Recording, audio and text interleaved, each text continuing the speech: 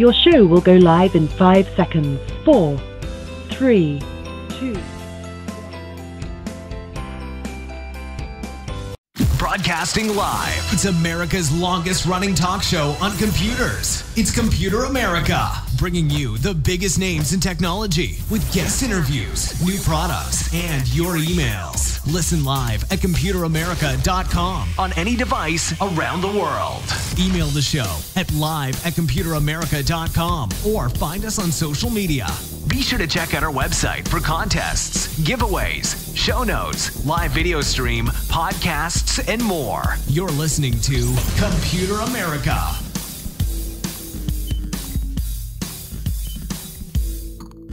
Hello and welcome into the Computer America Show. We are the nation's longest running, nationally syndicated radio talk show on computers and technology.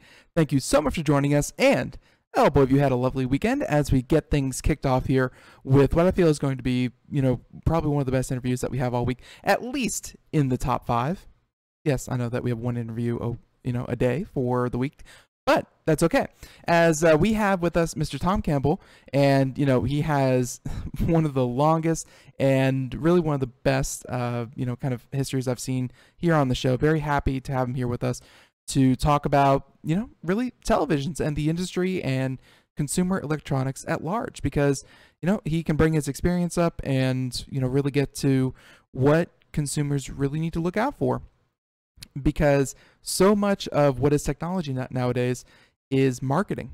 And, marketing's great, but you also kind of want to cut through that and really, really buy things that are going to improve your life. So again, I think Tom Campbell being here is going to be great. And of course, he's with Video and Audio Center.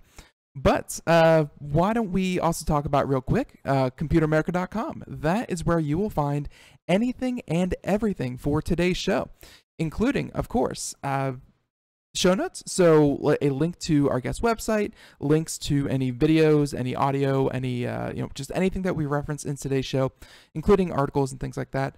We will include that in the show notes over at computeramerica.com. Also, be sure to check out the video portion where you can watch Computer America, not just listen. That's right. It's another fun way to check out the show. And then the last thing is, of course, our social media contest. And thousands of you have entered in the past couple weeks, and we are thankful for you. And if you are one of those out there who have not registered, well, hey, I can't call your name this Friday live on the air to award you a great prize from our friends over at Logitech. So, rules and entry and, of course, just everything else that we do here on the show, computeramerica.com. So with that being said, we're going to jump into this, and as I understand it, we have a few connectivity issues, of course, on the network end, but we're going to try to make this work as best we can. And again, Chief Technologist, Video and Audio Center, Mr. Tom Campbell. And yeah, Tom, thank you for joining us here on Computer America. Well, Ben, thank you. It's really a pleasure to be here. The connections are not real clear. Hopefully they clear up, but I want to salute you for 25 years plus, over 1 million listeners, and it's such a pleasure to be on the air with you here today on Corporate America. Thank you so much, Ben. Our pleasure, our pleasure. And yeah, and of course, an honor to have you here as well. So I think a good place to start, I really didn't give you the introduction that you probably deserved, but why don't you kind of give us a little bit, who is Tom Campbell? Give us a little bit of a background on yourself. Well, I started quite young because I've been doing this for 40-some-odd years. It's a little bit frightening. I mean, from introducing the first, 8-track player, believe it or not, and going on to cassette and going on to DAT and on and on and on and on, all these acronyms.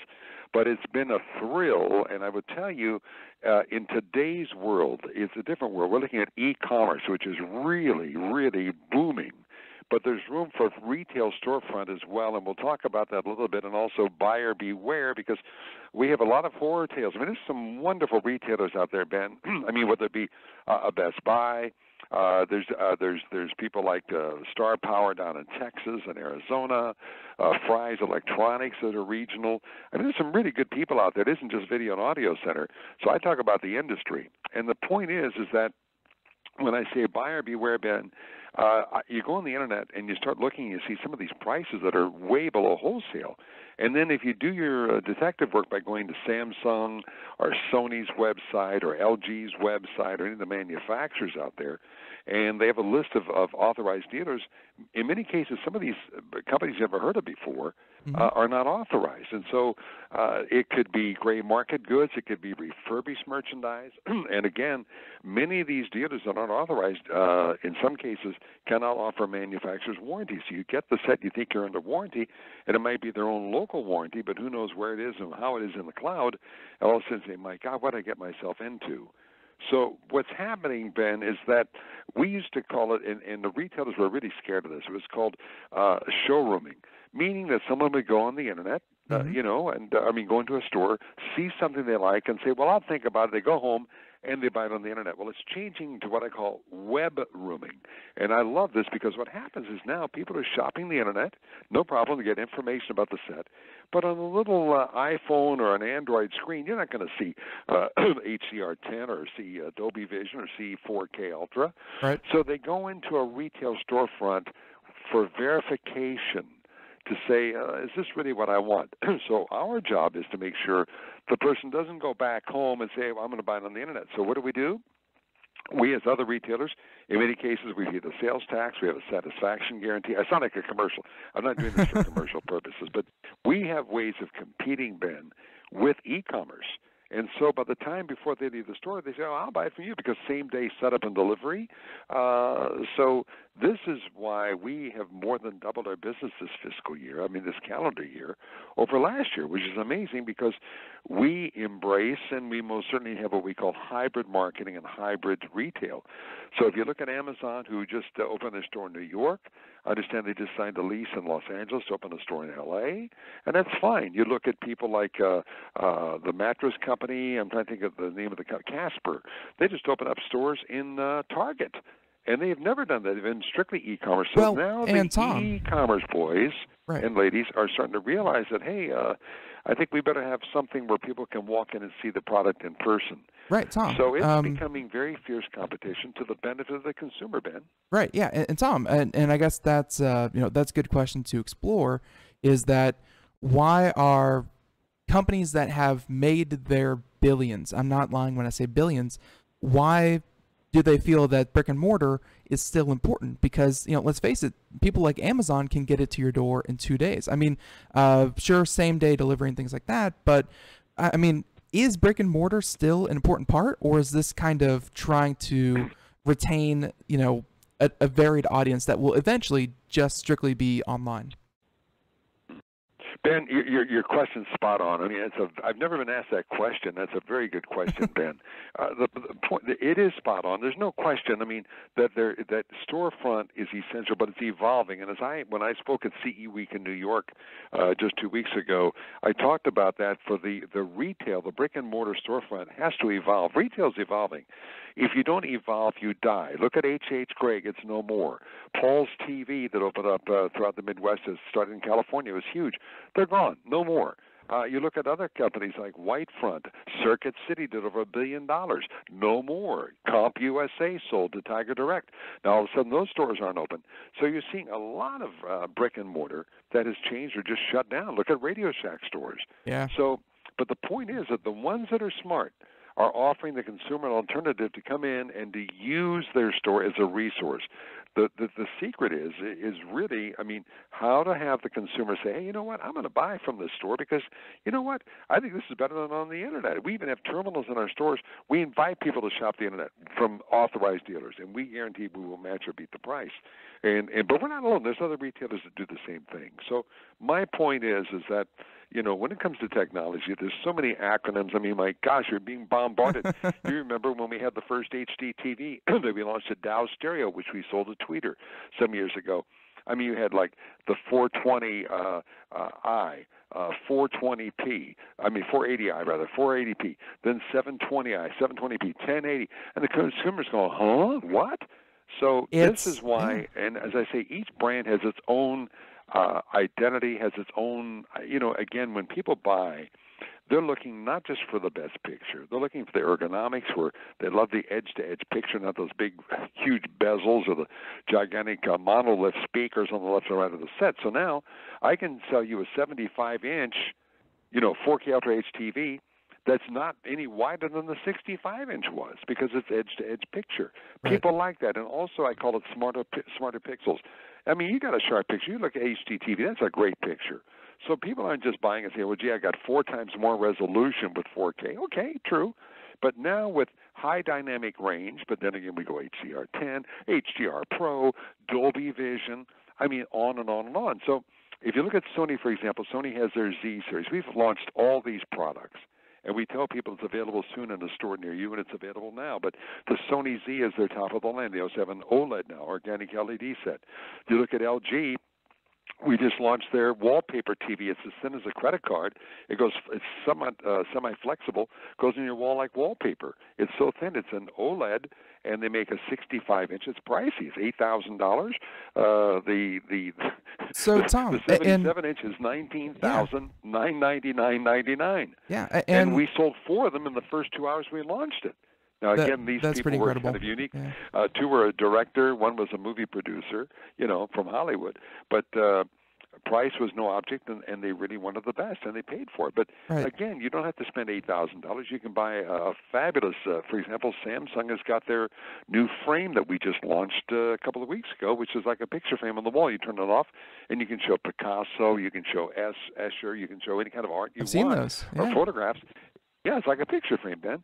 So these are exciting. Each brand has its own personality, and some people will choose a Sony, some choose an LG, and some choose, I mean, we offer the choice. Yeah, and Tom, I feel like we're bouncing around a little bit, but let's focus on TVs for a moment. And obviously, you have showrooms, you see all the different technology coming from all the different players. What has you excited? I mean, because again, there's thinness, there's OLED, HD, UHD, 4K, 8K. I mean, there's a lot of acronyms and a lot of different features that they're trying to say are the best features for the money. What has you excited? Well, I got to tell you, people ask me, even here in Los Angeles, Tom, should I buy from Video Audio Center? And I said, look, shop around. You make the decision. No one's going to come into our store because I say, you've got to come in. I don't do that. And in fact, I gave you, I don't know if you have a copy of one of our commercials. There's not even a single price in the commercial. And I think if you have a chance to play it, it's one of our clients, and you'll see the way we operate. We don't do any high pressure. We encourage people to shop around, but we feel they need to have the proper knowledge. And not everyone has to have all the features. But today, what's essential, Ben, and you know this, is connectivity. Because now people watch on their phone. They watch on their tablet. They watch on their laptop. And now when you walk into the room, it seamlessly transfers over to the 4K set. And it's wonderful. People love that, because when you got people over for dinner and you're entertaining at home and people are cocooning, they're not going to sit there in front of a 4-inch or a 5-inch or a 6-inch screen with 6 people at the table trying to watch a movie or trying to watch sports. They want something they can enjoy. So that connectivity is important. Streaming is becoming more and more important. So all these features are available, and you don't have to spend a ton of money to get it. But I always say buyer beware. And make sure that you've got a satisfaction guarantee, that if for some reason it's not what you thought it was, maybe they won't give you your money back, but at least they'll exchange and give you full credit. And to me, customer satisfaction is number one. Because if you don't have that, then I can refer people. And the best advertising I can ever have, number one, over TV, radio, and thank you for reaching over 1 million people with you, and I'm not here for commercial purposes, like I mentioned. I say shop any store you want to, but be sure you know who you're buying from. But my point being on this, Ben, is that, my gosh, get the knowledge. Talk to someone that has knowledge. I remember when we first had plasma TVs, a lady came and said, well, the person over here at this store, they're out of business now, said that if it leaks gas, I can refill my plasma, that they have a canister and you can repump gas into a plasma TV. Give me a break. That's a weird one. And for everyone, and I'm not sure, if we aren't able to, I'm sorry, if this doesn't play on our podcast, we'll certainly upload it after the fact. But if we just take 60 seconds, we actually have, and again, not paid for, not sponsored yet, but of course we do have that 60-second spot, so we're gonna play that real fast. So here we go. Video and Audio Center was the very first. Ben, I'm sorry, I lost you for a minute. Sorry, yeah, but we're gonna play the 60-second spot that you sent over. So just one moment. Here we go. Video and Audio Center was the very first to introduce and sell OLED, the exciting LG OLED 4K Ultra HD TVs. One of our very first clients was Larry Baker. Larry, how do you like that OLED so far? It's fantastic. The clarity and the depth of color and the sharpness of the image and the trueness of the blacks and the whites is just out of this world. I had a conventional set. I was having trouble reading the credits. So I decided to get something sharper. The OLED had been introduced by Video and Audio Center, so I immediately went down and looked at the sets in comparison. And when you view them side by side, the comparison is with the OLED. It's a materially better experience. So Larry, bottom line, when you watch the TV now, you have any problem reading the credits or the fine print? I don't. I can see it all. Thanks to OLED, huh? That's great. So anyone listening to us here on the radio right now, who do you recommend? I recommend Video and Audio Center for... All right, and there you have it. So, yeah, and again, of course, yeah. Yes, sir. Can you hear me? Yes, sir. Yeah, go ahead, Tom. Okay, I had a beep and I lost you. Sorry about that. It must be the heat wave out here in California. Well, no, and Tom, we actually just finished playing up the spot that you sent over by email. We just finished that up, and yeah, the gentleman on the spot was talking about the OLED technology and how much he really did like it, and side by side comparisons. I think that's one of the main points you're here to really make, is that brick and mortar is really the only way that you can really get that side by side experience of OLED versus just plain OLED, or I'm sorry, just plain LED. Well, yeah, I had lost you from it. Were you able to play the commercial? Yeah, we played it in its entirety, and we'll make sure that it's up after the fact. But I know that you couldn't hear it, but we certainly did play it. I'm sorry, Ben, you did play it? Yeah, yes, we did. Oh, okay. Well, I apologize. I'm hearing it's breaking up a little bit here, but yeah, Ben, the point is that was one of our clients. And, when people get older, their eyesight isn't as clear, and he said he feels like he's 25 again because he can really see the clear picture. Now, I want to mention that was an LG product. We also have interviews with people that bought the Sony Z series. It's their favorite. They have reasons why they prefer that over other brands. We have people that most certainly have bought the Sony Z series, or the Sony OLED, as well as the Samsung QLED. We do very well with Samsung QLED and also with the Samsung picture frame as well. So it's a matter of choice, and consumers do want choice, and that's what's wonderful about when you go into a brick-and-mortar store, and you're going to see more and more, I predict, e-commerce companies opening up just like Amazon's doing. It won't be a 50,000-foot showroom, right, but 5,000, maybe 8,000, up to 10 or 12,000 square feet, where people can come in and, what I say, confirm and verify what they think they want. Because there's no way on a laptop screen or a cell phone you're going to get the full benefit and to really make a decision of how the picture quality is unless you physically see it. And they're starting to realize that if they don't do it, they're going to fall victim, because it's going to shift back to what we're doing, because we know how to compete with e-commerce, and they're very good competitors. There's some great companies out there, but we compete with them. And we can be very well with them. Not everyone buys from us. Some of them do buy from e-commerce.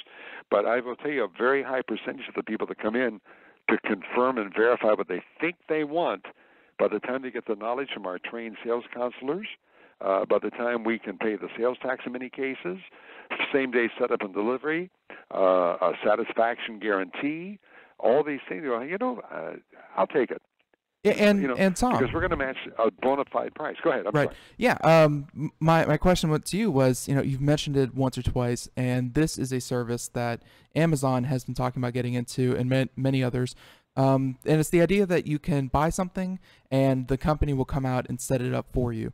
Is that still an important feature? Because I know tech companies are really making an effort to make sure that technology is as easy as possible to install. Do you think that, are you seeing a lot of use from your customers for having someone come out and install electronics? Well, again, I heard most of the question there, Ben, and it's a very good question.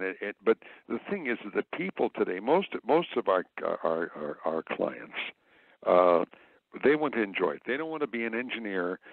They don't really, most of them. Now, there's people like myself that do care about what HDR10 is or HDR10 Pro or Dolby Vision. But most people, we explain to them and let them see, like we have a demo that shows what the picture's like without HDR Dolby Vision. They go, wow, what a difference. They don't need an engineering background of why it does it or whatever, but they enjoy the experience. And so we look at the ergonomics, and then we look at the performance of the set, and connectivity is major, as well as the ergonomics, how the set looks. If you notice, the manufacturers have gotten smart. It used to be those huge logos, the Sony or the LG or the Sam, whatever. I mean, guys, like a billboard. You know, you walk in and it looked as big as the picture on the set. I'm being somewhat facetious here, but today it's very understated. You barely see like the LG logo or the Samsung or the Sony, because people want to enjoy the picture and they don't want a big bezel with any brand on it. So they've become very, very, I mean, these manufacturers listen to the consumers. They do focus groups. They ask us what the people are telling us, and they've adjusted accordingly, and it's paid off. You look at the number of sets out there right now that are already 4K, HD TV over 55 inches, almost non-existent.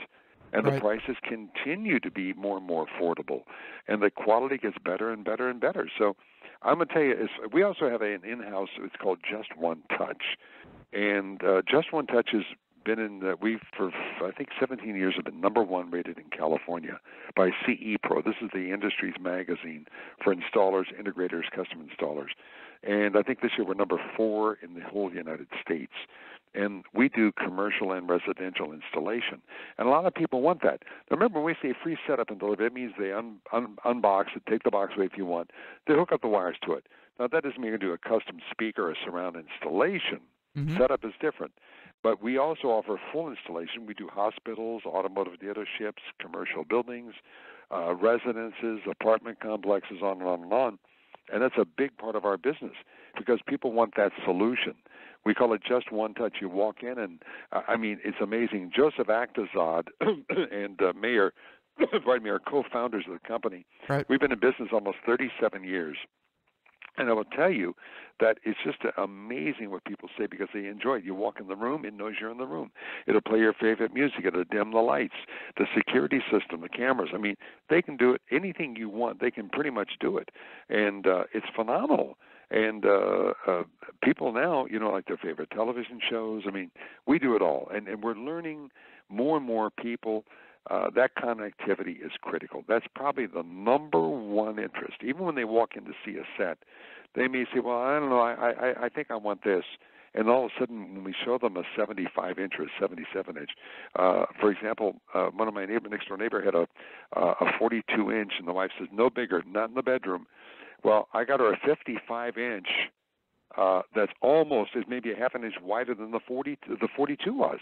And so now they're both happy. They got a much larger picture, but the physical space it takes up is almost identical from the 55 to the 42. So that's where technology is moving forward, as I said. Ergonomics, picture performance, not just the clarity or sharpness, and the ease of use, the transparency. Right. Would you agree, Ben? Yeah, absolutely. But one question that I always ask of anyone, because I get this question a lot from our listeners, and I like to ask every expert that comes on the show, we hear about OLED, 4K, QLED, blah, blah, blah. How are, and really especially 4K, because I think it's a display standard that people can kind of wrap their heads around. But I did mention I was going to bring up 3D television. How is 4K not the next 3D television? Well, that's it. Again, God, I love your questions, Ben. I mean, these are right on the money. I think I heard most of what you said here, but I would tell you that it's interesting because look at the 3D. 3D, I mean, come on. I mean, many people don't want to wear the glass. You don't hear much about 3D. When it first came out, 3D. Well, you don't hear much about it. But 4K is here to stay, and the reason is because it's the visual experience, not just the sharpness, 4 times sharper. And people are really hungry. They're starving for content, and that's why you're seeing more and more content. For example, on the streaming, Amazon, if you're a Prime member of Amazon, and here I am, a storefront independent retailer, I talk about Amazon, I talk about Best Buy, absolutely. Absolutely. Amazon with the Prime program, for example, I just watched Spectre, James Bond, in 4K. No extra cost. If you're a Prime member, you can watch it free of any extra cost in 4K. You cannot buy a 4K disc of that. It's on Blu-ray, and my gosh, it's phenomenal.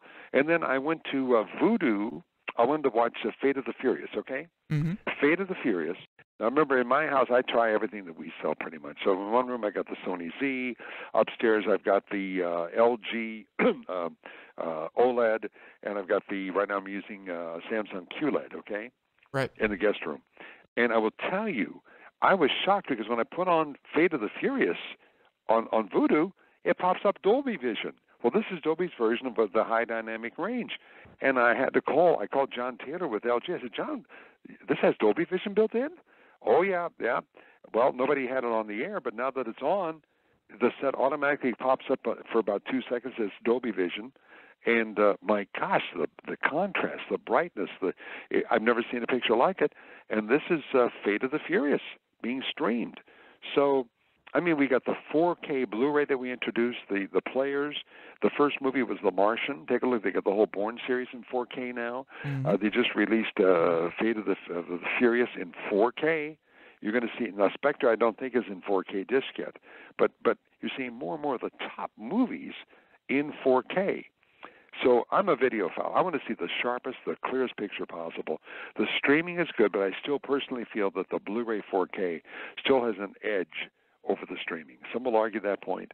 I happen to like the optical media still. Right. But I do both. I stream and I do the other. I look at Netflix.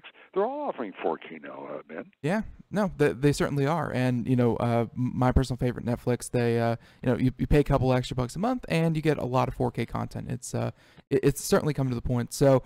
And Tom, in these last couple minutes, if you don't mind, let's deviate from televisions because again, I'm kind of looking at Video and Audio Center.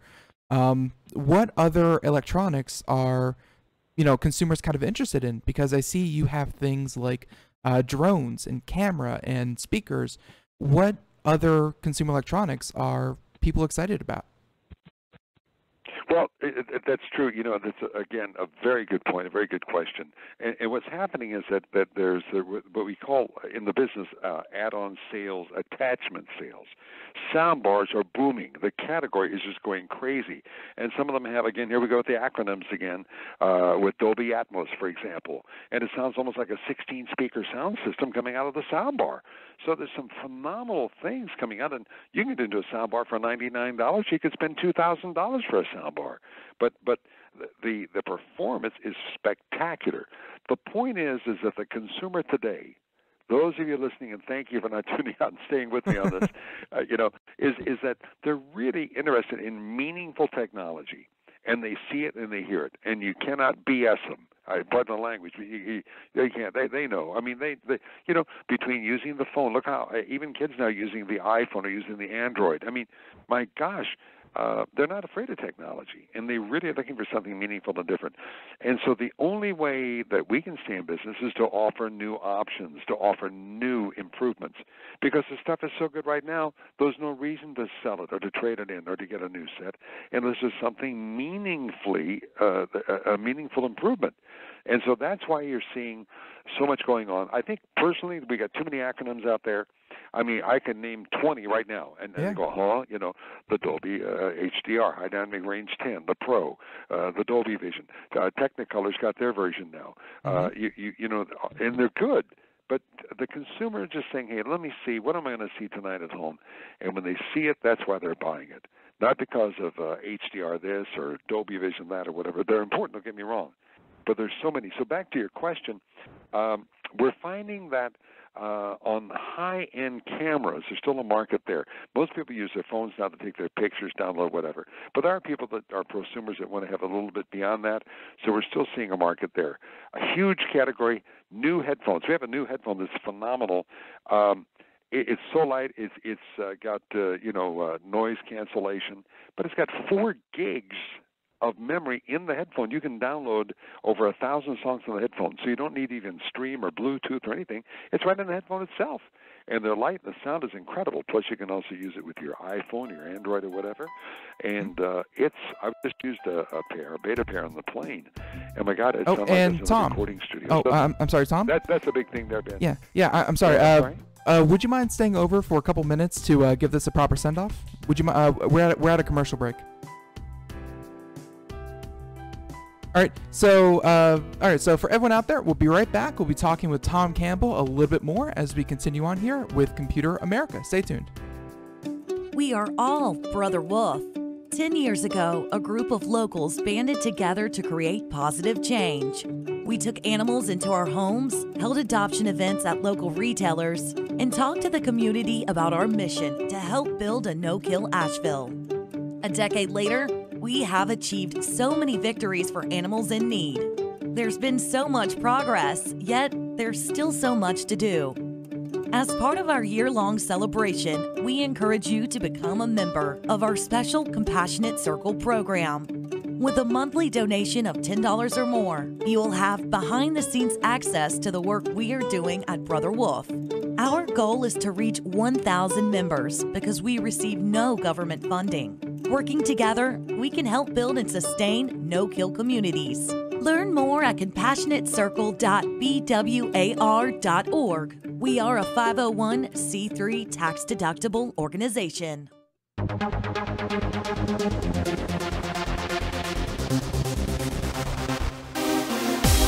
And welcome back to the Computer America Show, 31 minutes past the hour as we continue on here. And we are going to be wrapping up our interview with Mr. Tom Campbell.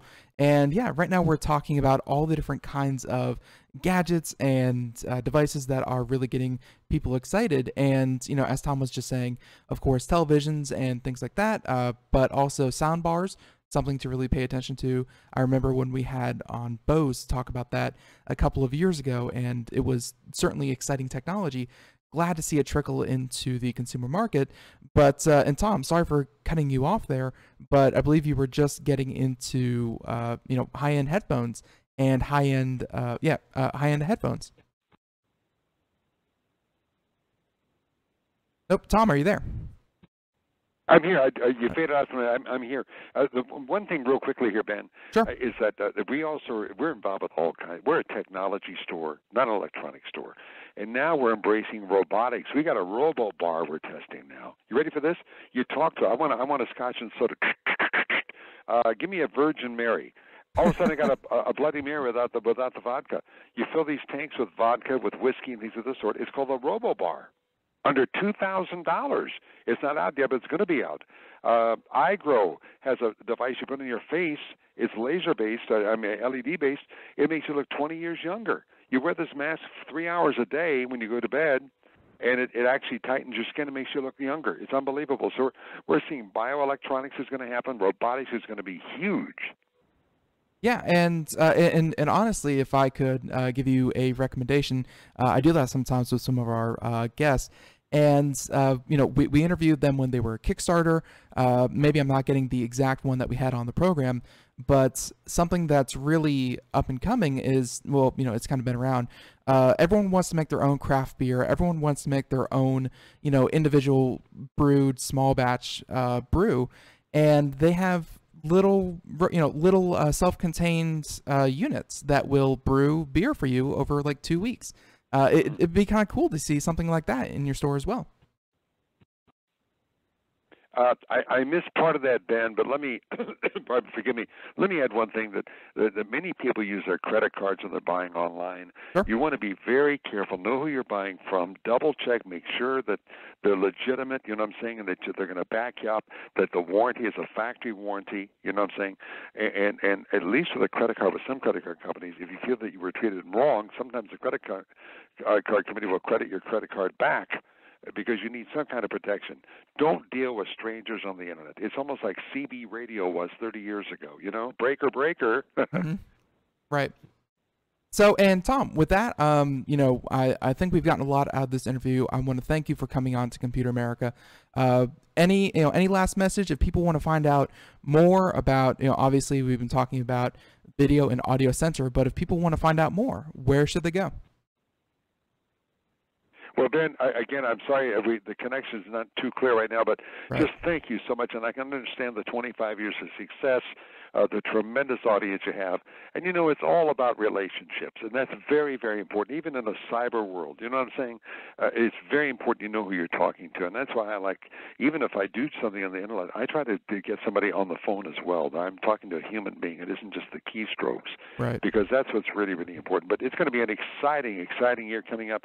I'm sure you'll be following the Consumer Electronics show coming up.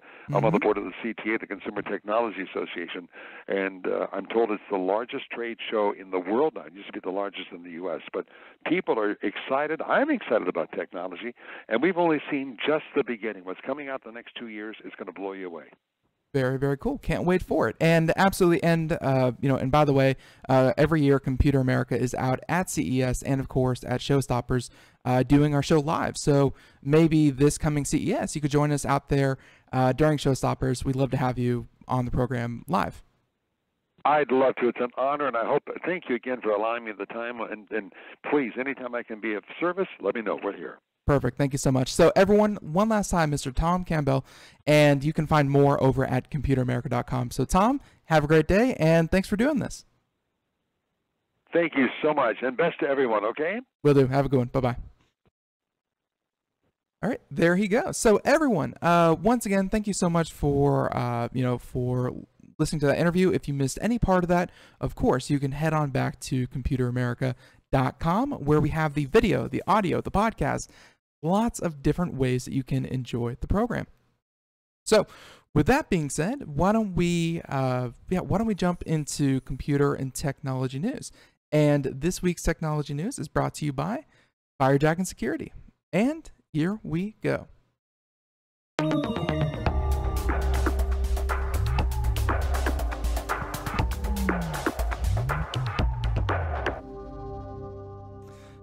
All right, and let's see. Yeah, I just closed all of those other ones. So let's see. Right, so we are doing computer and technology news, and let's go ahead and talk about, just real quick, Microsoft Paint. They are an important part of what made Microsoft what they are today.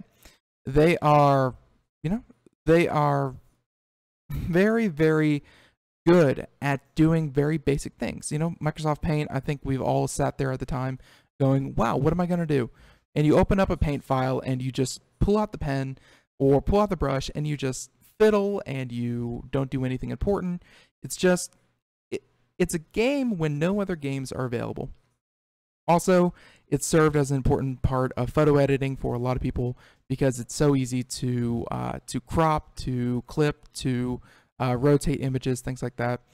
Well, now in Windows 10, after 32 years in the industry, well, Microsoft Paint is going to be discontinued. That's right, no more Paint. It's scary. One second, I have something for this. There we go. I need to get better at that. But yeah, so Microsoft Paint no longer available. And yeah, 2017 is the year of the end. So here we have an article from The Guardian. And we have, well, Microsoft Paint to be killed off after 32 years. And not killed off in the strictest sense, but unsupported to a certain point. Like, they aren't taking it off the operating system as I understand it, but they are switching over to a new platform. And that can include, of course, things like, Paint 3D, which comes with every Windows 10 product. So Microsoft's next Windows 10 update. So Microsoft's next Windows 10 update, called the Autumn, or in the US, the Fall Creators Update, will bring a variety of new features, but one long-standing stalwart of the Windows experience is on the chopping block, and that, again, by the way, is Microsoft Paint. By the way, again, The Guardian, Mr. Samuel Gibbs, and it's true, saying that since the very first version of Windows 1.0, Paint in its various guises would be one of the first graphics editors used by many to become part of the core experience of Windows. So they said that it's starting life as a 1-bit monochrome licensed version of Zsoft's PC Paintbrush. It wasn't until Windows 98 that Paint could save in JPEG form. There you have it. Well, now Microsoft has announced, alongside Outlook Express, Reader app, and Reading List, Microsoft Paint has been signaled for death, having been added to the features that are removed or deprecated in Windows 10 Fall Creators Update list. And again, I think a lot of people out there, especially graphics designers and those who sought a career in, graphics designing, Paint was undoubtedly their first application that they toyed around in. So they said that falling under the deprecated column for the apps, saying not in active development and might be removed in future releases. So again, not strictly removed. It's still going to be there. It's just what they're saying now is that they are no longer developing it. They will no longer be patching it. They will no longer be adding to it. Instead, obviously focusing on Paint 3D, one of their other applications. So they say that, to put this into some context, they're saying that Paint was never one of the most capable apps and was limited to the bitmap and PCX formats until 1998. But if you wanted to scribble something out using your mouse or make a quick cut and paste job, Paint was always there, even on work computers, and it sure was. So they said that when Microsoft Paint will officially be removed from Windows has yet to be confirmed, while a precise date for the release of the Windows 10 Creators Update is equally up in the air. So we don't know when this is coming. But they said whether, like Clippy, Windows users will celebrate or decry Paint's removal, it will be a moment in the history of Windows as one of its longest standing apps is put out to pasture. And I don't think it's going to be as hated or as, as cheered for as when Clippy got the boot. But I think Paint has that core followers who simply use it to do quick edits, to do quick, to do quick little things that I think any other program, it'd be like when you just need a hammer, but then someone hands you the super mega powered auto hammering, piece of technology. It's, sometimes you need something quick, light, and efficient. And don't worry, there are other programs out there. There are other free programs out there. It's just, the old classic won't be there for long. So there you have it.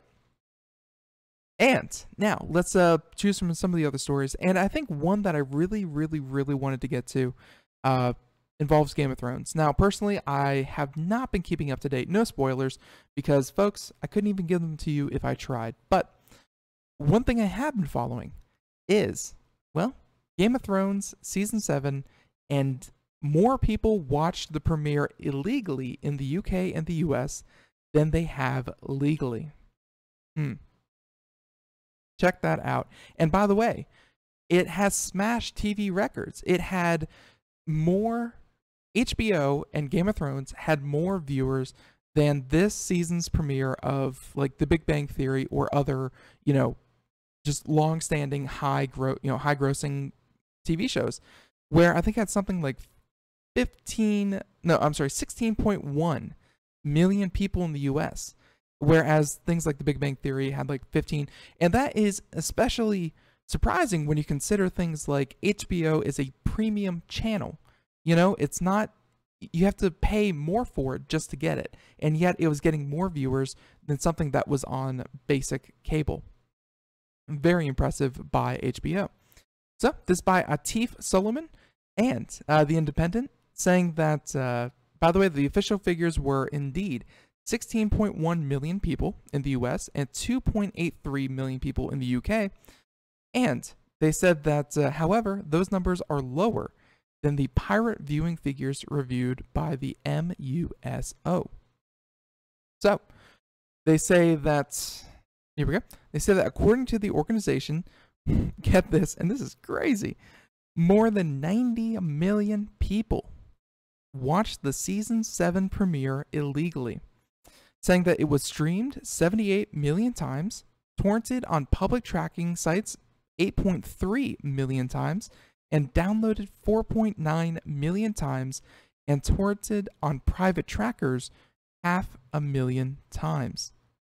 90 million people saw it in some way. And, you know, there's probably some overlap. There's probably people who paid for it, watched it, and wanted to download it later.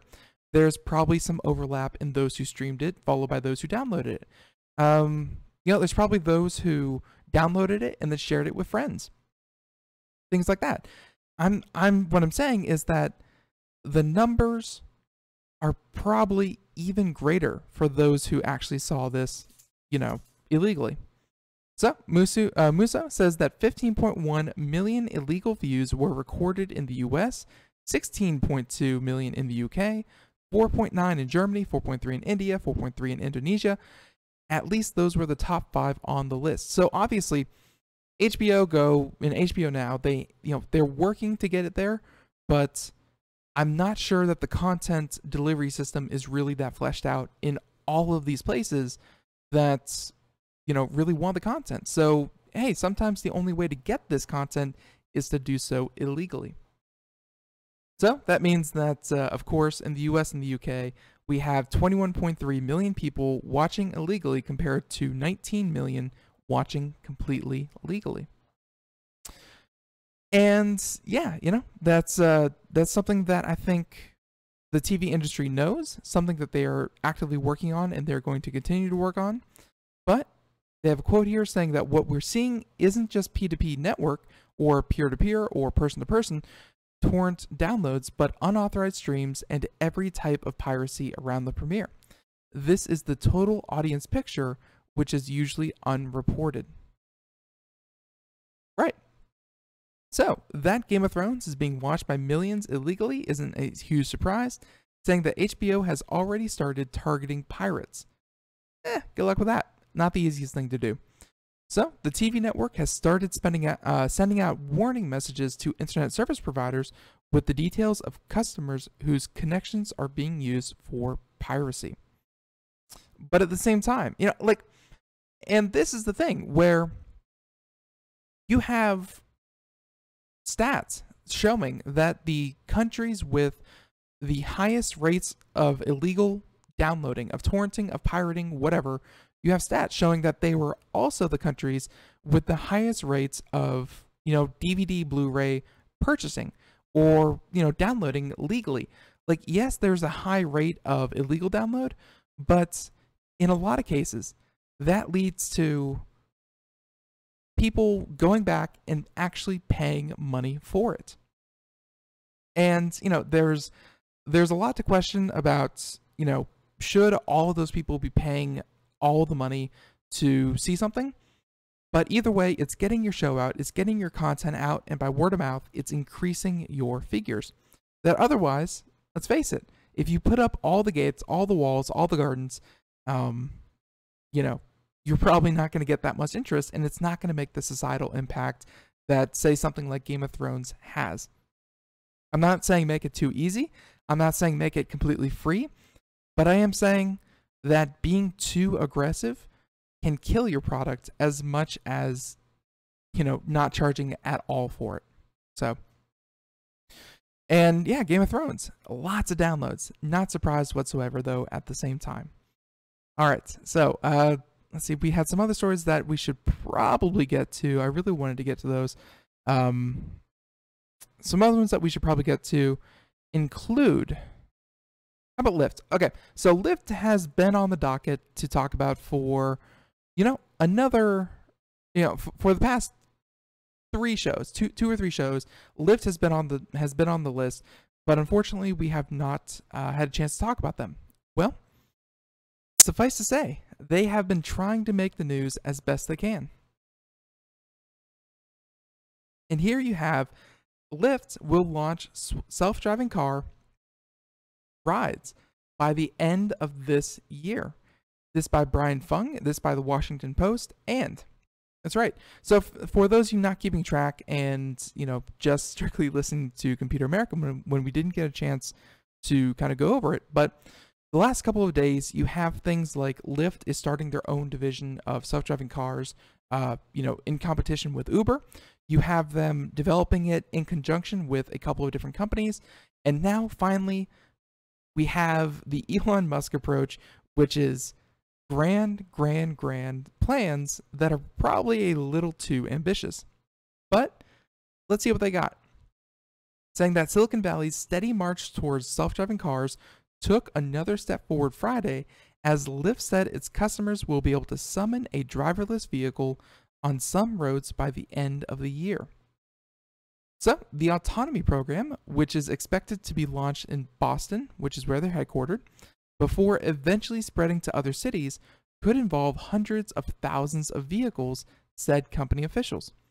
And depending on the precise conditions of a trip, including route, traffic, weather, and time of day, riders who opt into the trial may be automatically picked up in a self-driving car built by one of a number of manufacturers working with Lyft, rather than a human driver. That's right. And, I think he put it, this is Lyft's senior director of product. I think he put it very succinctly, saying, you're going to see it. You're going to see these vehicles on the road. And that's been the question for who knows how long. That's been the question for a lot of people out there about when are we finally going to see it? When are we finally going to see these cars, not just in articles, not just in the laboratory, not just fancy videos by Google, but when are we going to see self-driving cars on the road and working for you? And we've seen them in limited capacities around the country. But at the same time, I think the consumers are ready for it, and the consumers are anxious for it. It's just, can someone bring it to the market? Can someone bring it to market without going bankrupt? And yeah, we'll see what Lyft does. So they said that rather than trying to catch up to the other firms by building vehicles of its own, Lyft is focusing on designing a common software interface that automakers can use to put their cars on the road and interact with the public. So the effort is part of a large self-driving car division that Lyft is launching in order to capitalize on an increasingly competitive technology market. Which I think that is super, super smart by Lyft. I mean, I don't often have nice things to say about Lyft. They are, I really feel like they're trying to punch above their weight class. I think that they're smaller than every other competitor out there. So I think this is a super smart move to do. Because instead of trying to become, come up to where Uber is, come up to where Tesla is, come up to where, Google is, and instead of spending all that money on research and development, trying to poach people who are in such high demand, I mean, there really are very limited professionals with experience in this field. They want to be, they want to be the software. And I think the cars are being built by so many people because they want to be the manufacturer of the fleet. But an equally important part of the puzzle is who runs the fleet, whose software is supporting all of these people. And it's really cool to see Lyft try to be that one.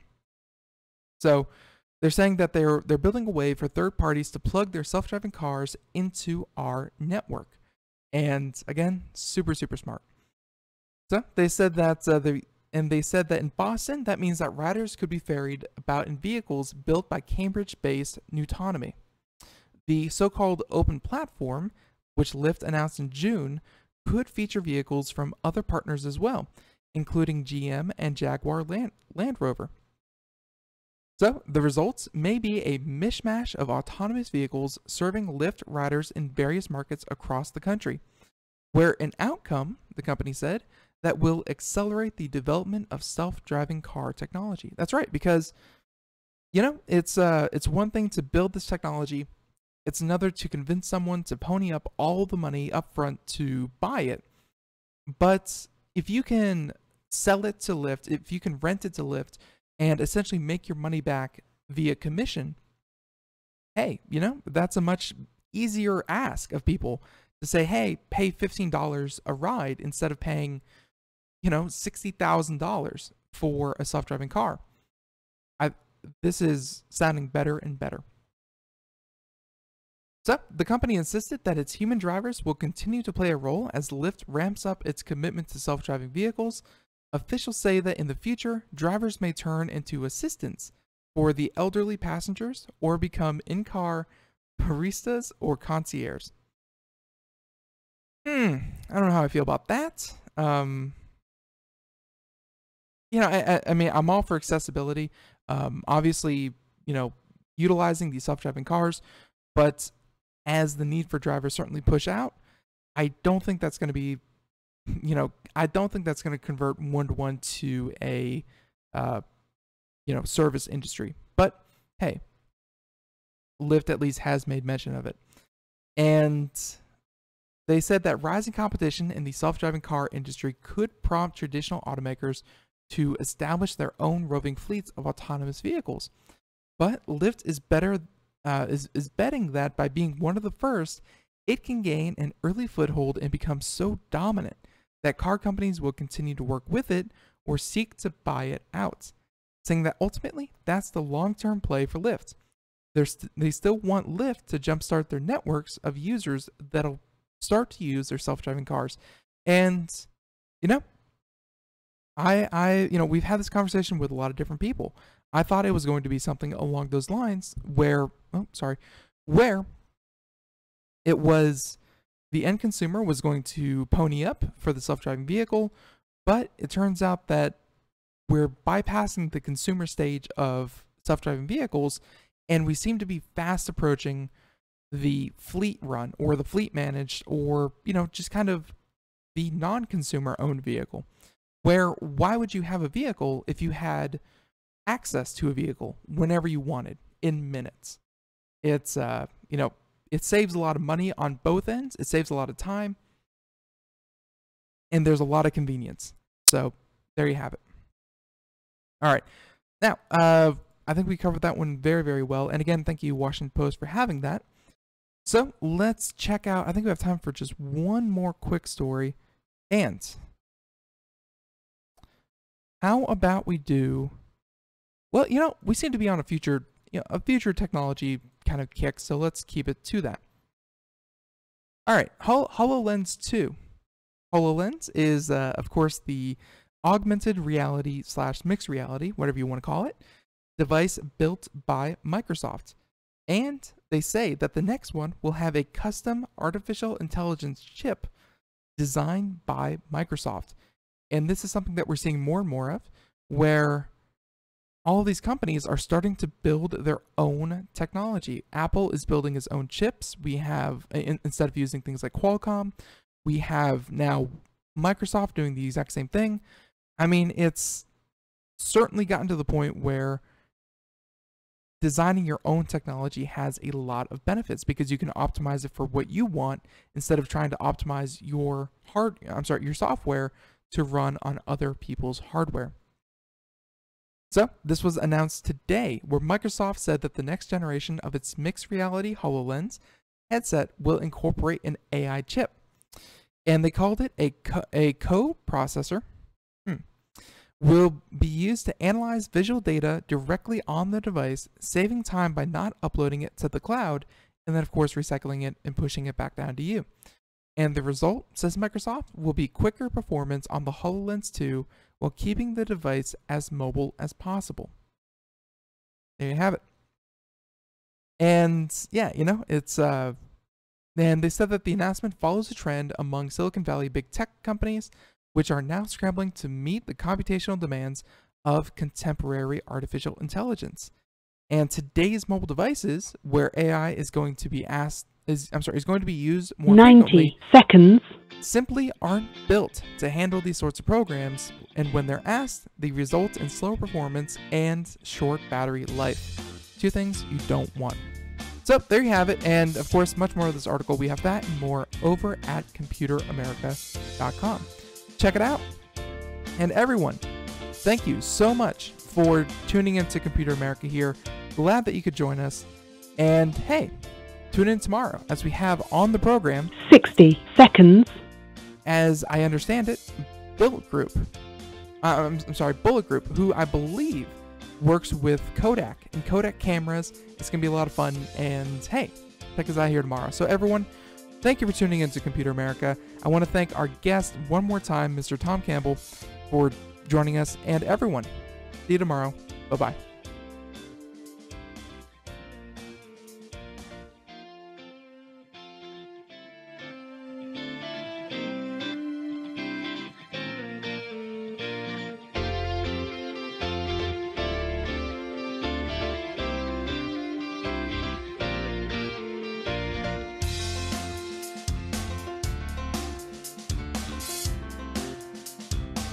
Ten seconds.